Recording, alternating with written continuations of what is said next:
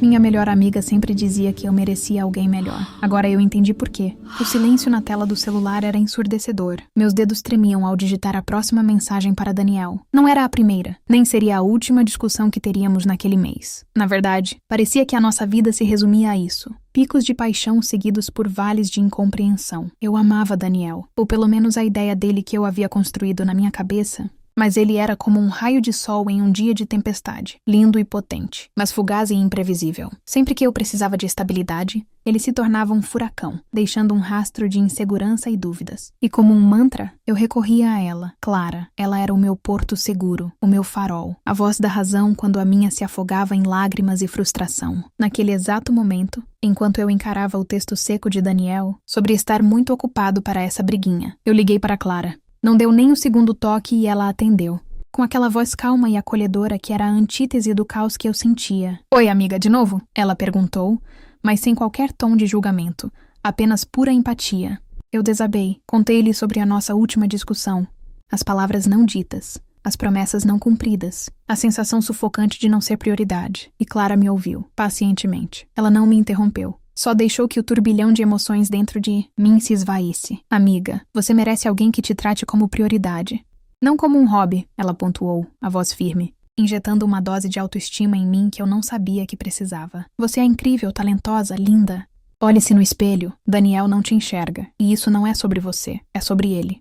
É a cegueira dele, não o seu valor." Eu me agarrei a essas palavras como um náufrago a um pedaço de madeira. Clara sempre fazia isso. Ela me resgatava. Não importava a hora, o lugar ou o quão patética eu estivesse me sentindo, ela estava lá. Lembro-me da primeira vez que Daniel e eu brigamos feio, há uns 6 meses. Eu estava histérica, trancada no meu quarto. Clara veio imediatamente. Ela trouxe sorvete, assistiu a um filme bobo comigo e me forçou a sorrir. Ela me abraçou forte, e eu senti que o ombro dela não era apenas um lugar para chorar, mas um suporte, uma âncora que me impedia de afundar. O conforto que eu sentia em seu abraço era quase um bálsamo. O jeito que ela me olhava, com aqueles olhos castanhos expressivos, transmitia uma lealdade inabalável. Essa noite, enquanto a voz de Clara continuava a me acalmar, eu sentia aquele familiar e estranho alívio. Ela falava sobre como eu deveria me valorizar, sobre como era importante traçar limites, sobre o quão pouco Daniel estava entregando para a relação. E eu concordava com cada palavra. Naquele momento, eu soube que precisava de Clara mais do que precisava de Daniel. Ela era o meu chão. E, ironicamente, quanto mais eu me afastava de Daniel, mais perto eu me sentia de Clara. Mais íntimas nossas conversas se tornavam, mais tempo passávamos juntas. Era uma amizade que, para mim, estava se tornando mais intensa do que qualquer romance. E isso, de alguma forma, era aterrorizante e reconfortante ao mesmo tempo. Eu estava caindo e era nos braços da minha melhor amiga que eu encontrava a única rede de segurança. Olá, pessoal! Sejam bem-vindos a mais uma história de reviravoltas que só a vida real consegue escrever. Essa história que vocês estão prestes a ouvir me tocou profundamente. Porque ela fala sobre confiança, traição e sobre como, às vezes, as pessoas mais próximas são as que nos dão os maiores choques de realidade. Eu sei que muitas de vocês já se viram em um relacionamento onde a amizade parecia ser o único alicerce, o único lugar onde o amor próprio era valorizado. A nossa protagonista de hoje vivia exatamente isso. Uma montanha-russa emocional com o namorado e uma calmaria perfeita ao lado da amiga. E é nesse contraste que o mistério começa a se desenrolar. Quem nunca se perguntou se o problema no relacionamento é o parceiro? Ou se há algo mais sutil, algo por trás das cortinas? Preparem-se para mergulhar nessa trama que vai fazer vocês questionarem cada conselho que já receberam. O relacionamento entre eu e Daniel era como o tempo em São Paulo. Você nunca sabe o que esperar. Um dia era sol e no outro, uma chuva torrencial. E eu estava exausta de carregar meu guarda-chuva e protetor solar o tempo todo. Meu corpo estava reagindo a esse estresse. Comecei a ter insônia crônica, perdi a concentração no trabalho e, para ser sincera, perdi até a paciência para escolher o que vestir. Eu estava me apagando, mas Clara não me deixava ir. Ela era insistente em me lembrar quem eu era antes de Daniel, me bombardeando com mensagens motivacionais, playlists animadas e convites para noites de autocuidado, em que fazíamos máscaras faciais e falávamos mal de todos os ex-namorados que tivemos. Claro, Daniel estava sempre no topo da lista. E, ironicamente, nessas noites, a única regra que tínhamos era não chorar por homens. E funcionava. Eu ria, relaxava e sentia que, pelo menos por algumas horas, a nuvem escura que pairava sobre a minha vida se dissipava. Eu via em Clara não apenas uma amiga, mas quase uma figura de mentora, alguém que via meu potencial e se recusava a deixar que eu me contentasse com migalhas emocionais. Um dia, Daniel me ligou depois de sumir por 3 dias. Ele disse que precisava de um tempo, que estava confuso sobre o futuro e que talvez não estivesse pronto para o tipo de compromisso que eu buscava. Meu coração se partiu, mas estranhamente não se estraçalhou. Eu estava anestesiada, talvez porque Clara já havia me preparado para esse momento. Ela já tinha me dito que a indiferença dele era a prova de que ele não me merecia. Eu mal desliguei a ligação e já estava discando o número dela. Ele terminou, Clara. Eu sussurrei. E mais uma vez ela apareceu na minha porta em 20 minutos. Ela não trouxe sorvete. Dessa vez ela trouxe vinho e uma caixa enorme de pizza. Ela me abraçou e disse: "É o livramento, amiga. O seu verdadeiro amor está por vir." Naquele momento eu senti que ela estava certa. Eu estava livre para buscar a paz. Eu quero saber de vocês que estão assistindo, de onde vocês estão, acompanhando essa história. Comentem aqui embaixo de qual cidade vocês são. É muito importante para mim saber até onde essa história está chegando. Agora, voltando à nossa protagonista. A fase pós-término era estranhamente suave, quase indolor. E o crédito era todo de Clara. Ela preencheu todos os vazios. Nossas conversas, que antes eram sobre os meus problemas com Daniel, agora eram sobre nós duas. Nossos sonhos, nossos planos de viagem, o futuro que nos esperava. Eu estava finalmente entendendo o que ela queria, dizer com "você merece alguém melhor". Eu merecia a felicidade, e eu a estava encontrando, em uma amizade que era mais sólida e confiável do que qualquer romance. E essa proximidade começou a me fazer questionar meus sentimentos. A cada abraço demorado, a cada toque no braço, a cada risada compartilhada, eu sentia uma familiaridade e um conforto que transcendiam a amizade. Eu estava confusa, mas resolvi enterrar esses sentimentos, focando apenas no quão grata eu era por tê-la na minha vida. Eu estava me curando, e Clara era a enfermeira-chefe desse processo. O processo de desintoxicação de Daniel, como Clara carinhosamente chamava, durou cerca de 1 mês. 1 mês em que eu não tive sequer um momento de recaída. Eu não senti vontade de ligar, de mandar mensagem, ou de checar as redes sociais dele, e isso era inédito. Em meus relacionamentos anteriores, eu sempre havia me arrastado pela dor, procurando por ele nos lugares que costumávamos frequentar, tentando encontrar um motivo para a dor. Mas com Clara ao meu lado, a dor nunca tinha a chance de se instalar. Ela ocupava meu tempo, minha mente e meu coração de uma forma que Daniel nunca conseguiu. Eu me pegava sorrindo sozinha ao ler as mensagens de bom dia dela, que sempre vinham com algum meme ou um lembrete do quão longe eu havia chegado. Era uma dedicação que eu nunca havia recebido de um parceiro romântico. Nossas saídas se tornaram mais frequentes. Jantares, cinema, exposições de arte. Coisas que Daniel nunca se interessou em fazer. Ele sempre preferiu ficar em casa jogando videogame ou assistindo a esportes. Com Clara, a vida parecia colorida, cheia de possibilidades. Lembro-me de uma noite específica em que fomos a um barzinho com música ao vivo. Estávamos rindo de uma piada interna quando nossos olhares se cruzaram, e por um breve segundo, senti uma eletricidade diferente. Não era o conforto de uma amiga. Era algo mais parecido com a faísca que acende um desejo. Meu coração acelerou e eu desviei o olhar, fingindo estar interessada no cardápio. Mas a sensação ficou. Eu comecei a notar pequenos detalhes em Clara. O jeito que ela prendia o cabelo quando estava concentrada. A curva suave do sorriso dela, o cheiro de baunilha do seu perfume favorito. Eu estava em apuros. A linha entre a gratidão profunda e o afeto romântico estava se dissolvendo, e eu não sabia como reverter a situação sem destruir a única coisa sólida que eu tinha na minha vida, a nossa amizade. Os conselhos de Clara sobre Daniel se tornaram mais incisivos. Ela não apenas me dizia que ele não me merecia, ela começava a apontar falhas de caráter nele, coisas que para mim pareciam pequenos defeitos humanos, mas que para ela eram sinais de alerta gigantescos. Ele não se importa com a sua carreira, amiga. Ele nunca perguntou sobre aquela sua promoção, ela dizia, com um fogo nos olhos que parecia genuíno. E eu pensava, é verdade, ele é um pouco autocentrado. Ou, ele sempre te deixava esperando, né?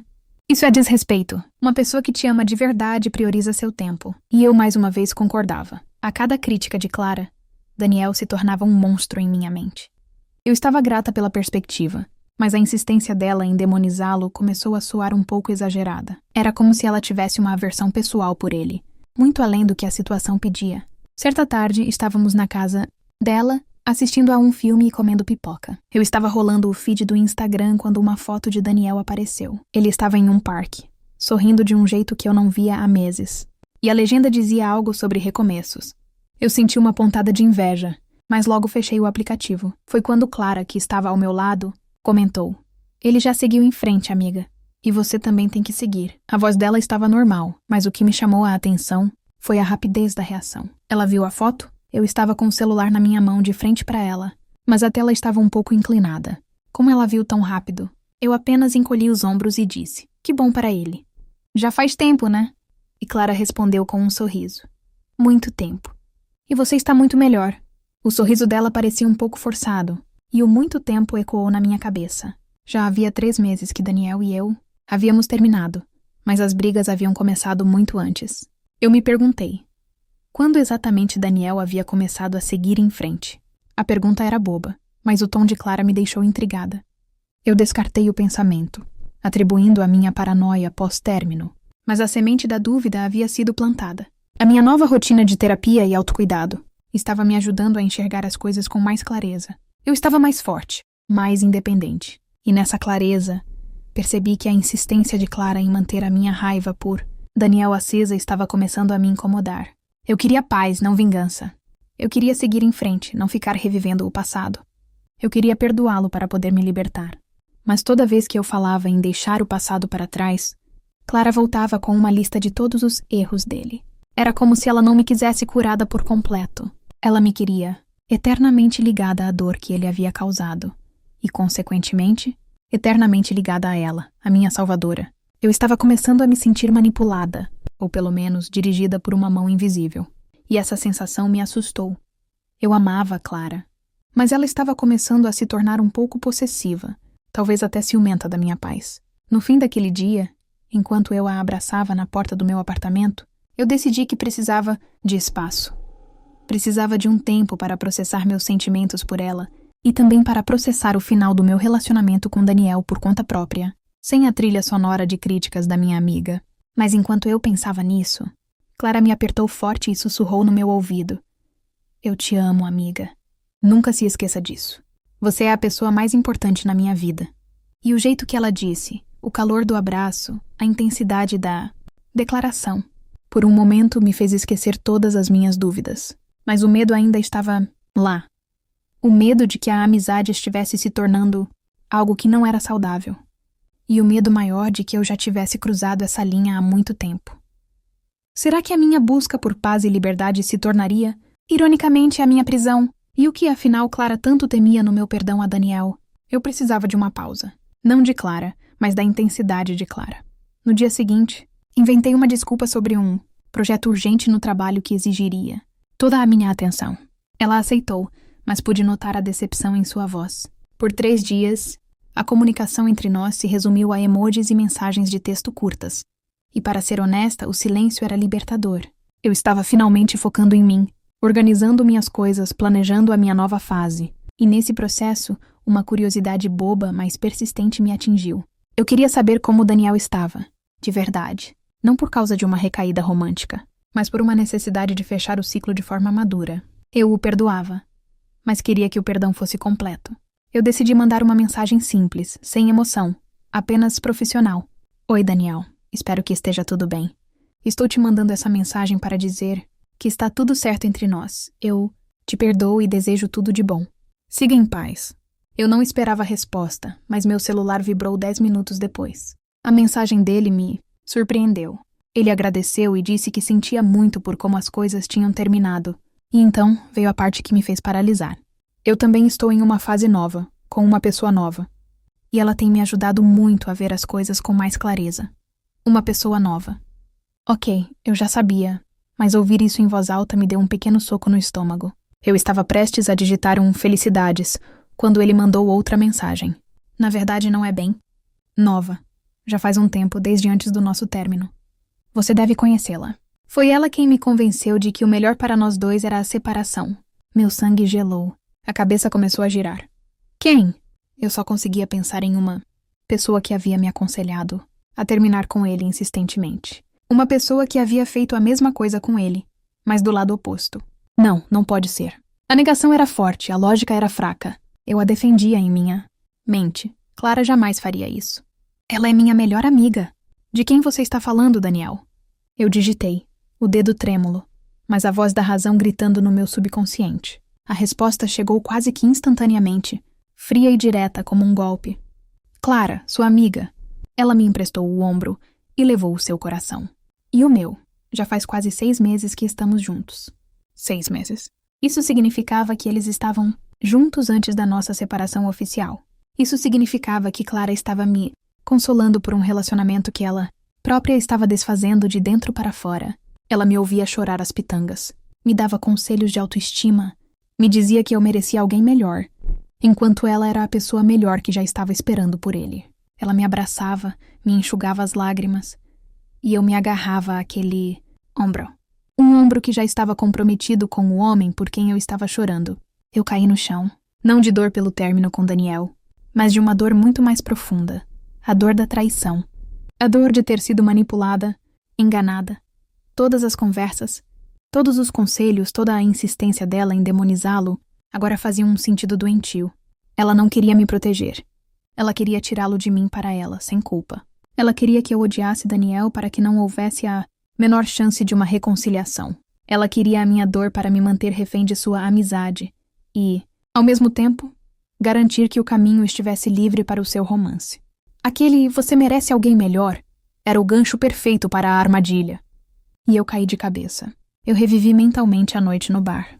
O olhar intenso, a eletricidade. Eram os olhos de uma amante culpada, não de uma amiga. A rapidez dela em ver a foto de Daniel no meu celular. O muito tempo dela sobre o término dele. Tudo. Era uma peça no quebra-cabeça. E agora, o quadro estava completo. E era um quadro feio, pintado com mentiras. Eu peguei meu celular e liguei para Daniel. Eu precisava de mais detalhes. Eu precisava da verdade completa, por mais dolorosa que fosse. Ele atendeu e eu mal conseguia falar. Desde quando? Eu perguntei. Desde aquela primeira briga feia, lembra? Você ligou para ela e desabou. E eu também liguei, precisando de um ombro. E aí, aconteceu. Ela me disse que você merecia alguém estável. E ela estava certa. Ela é estável. E nós nos apaixonamos. Tentamos resistir, mas não deu. Ela não queria te magoar.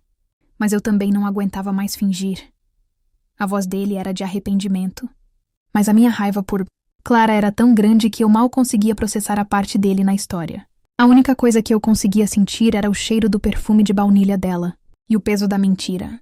Eu desliguei o telefone. O nome de Clara piscando na tela. Ela estava ligando.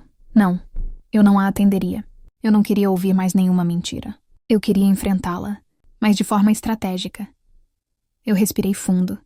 Limpei as lágrimas e decidi que eu não seria a vítima indefesa dessa história. Eu era a protagonista da minha vida, e agora, a minha melhor amiga seria a vilã. O que eu faria agora? Confrontá-la? Revelar a traição? Ou usar essa informação a meu favor e dar a ela uma lição que ela jamais esqueceria? Eu precisava de um plano, e precisava ser convincente. Não adiantava nada surtar e confrontá-la de imediato. Ela era mestre em manipulação, e a chance de ela distorcer a história, me fazer parecer a louca ciumenta, e ainda sair como a vítima era alta.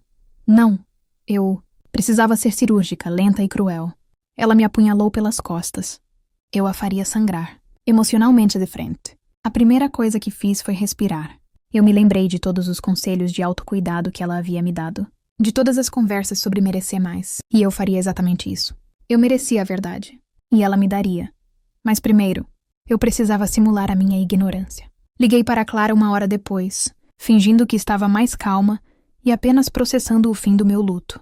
Minha voz estava um pouco rouca, o que não era difícil, já que eu havia chorado de raiva. Amiga, desculpa não atender antes. Eu estava no banho pensando. Eu conversei com o Daniel. E eu acho que finalmente entendi o que você queria dizer, eu disse, com a voz embargada, mas controlada. Clara, você conversou com ele. Sobre o quê? A voz dela tinha uma ponta de ansiedade, uma nota mais alta do que o normal. Sobre nós dois. Ele me desejou o bem, e eu desejei o bem a ele. E ele disse que já está saindo com uma pessoa. E sabe, por incrível que pareça, não doeu tanto. Porque eu finalmente senti que é o fim. Um ponto final definitivo. E eu devo isso a você. Por me apoiar, por me mostrar o meu valor. Eu te amo, amiga. O suspiro de alívio de Clara foi quase audível do outro lado da linha. Eu também te amo muito, amiga. Fico muito feliz que você esteja vendo a luz no fim do túnel. Eu sabia que você era forte. Eu apertei os dentes. Forte. Ela me chamou de forte para esconder a sua própria fraqueza. Sim, eu sou forte. E por isso preciso que você venha aqui. Amanhã. Quero fazer uma noite de agradecimento. Uma noite só nossa. Quero te dar um presente, sabe? Você é a minha anjo da guarda. Clara hesitou por um momento. Amanhã? Amiga, eu combinei uma coisa, mas... por favor. É importante para mim. Eu quero te agradecer por tudo. Por me emprestar o ombro. É a minha maneira de dizer que você é insubstituível. Eu usei as palavras dela contra ela. Emprestar o ombro. Ela cedeu. Tudo bem, amiga. Eu desmarco o compromisso. Passo aí, depois do trabalho. Umas 7? Perfeito. Te espero. Desliguei. O plano estava traçado. O compromisso que ela desmarcou era, obviamente, com Daniel. Eu tinha o dia inteiro para me preparar. Primeiro, eu precisava de provas irrefutáveis. Entrei nas redes sociais de Daniel e fiz o que Clara sempre me aconselhou a não fazer, fuçar. E lá estava. Fotos recentes dele com uma mulher, mas o rosto dela estava sempre cortado ou escondido por um filtro. Mas em uma das fotos, uma selfie dele no carro, a lateral de um óculos de sol familiar estava visível, e a moldura era inconfundível. Era o óculos de sol que eu havia dado de presente para Clara no aniversário dela, há 2 meses. Prova visual, indireta, mas ali, o passo seguinte foi ligar para uma amiga em comum, Lúcia. Eu precisava de mais do que a palavra de Daniel. Precisava de uma confirmação social. Oi, Lúcia, tudo bem? Olha, me diz uma coisa, você ainda fala com a Clara? Lúcia. Oi, falo de vez em quando. Por quê? Nada, só curiosidade. Eu estava ligada que o Daniel estava namorando de novo. Você sabe quem é a moça? Eu perguntei, fingindo indiferença. Lúcia hesitou. Para ser sincera, não sei se devo falar, mas... É que o Daniel e a Clara... Bem, eles estão juntos. Já tem um bom tempo. Eu achei que você soubesse. Eles nem estão escondendo mais dos amigos em comum. A facada foi dupla. Não apenas estavam juntos, mas todos sabiam, ou pelo menos os amigos em comum sabiam. Eu era a única idiota que chorava no ombro da namorada do ex. A única excluída da piada. A raiva virou combustível. Eu passei o dia preparando o meu apartamento. Não era um jantar. Era um palco. Eu acendi velas.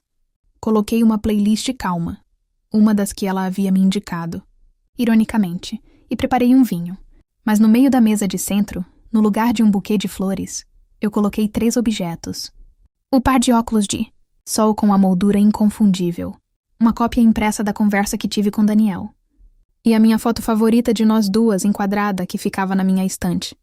Às 7 da noite, a campainha tocou. Eu abri a porta sorrindo.